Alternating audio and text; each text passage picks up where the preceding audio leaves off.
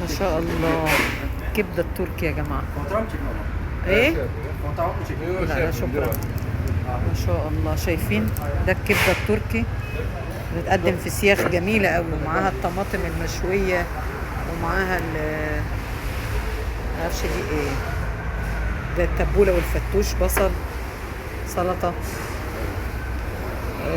ده مشروم، بصل، سلطه زبادي.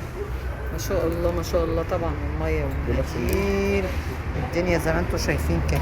ما شاء الله. ما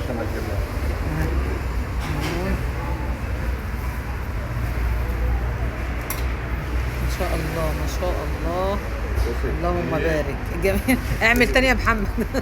بياكلوها ازاي؟ حط في الشيش كده، ومعاه ايران كمان، ايران ايران.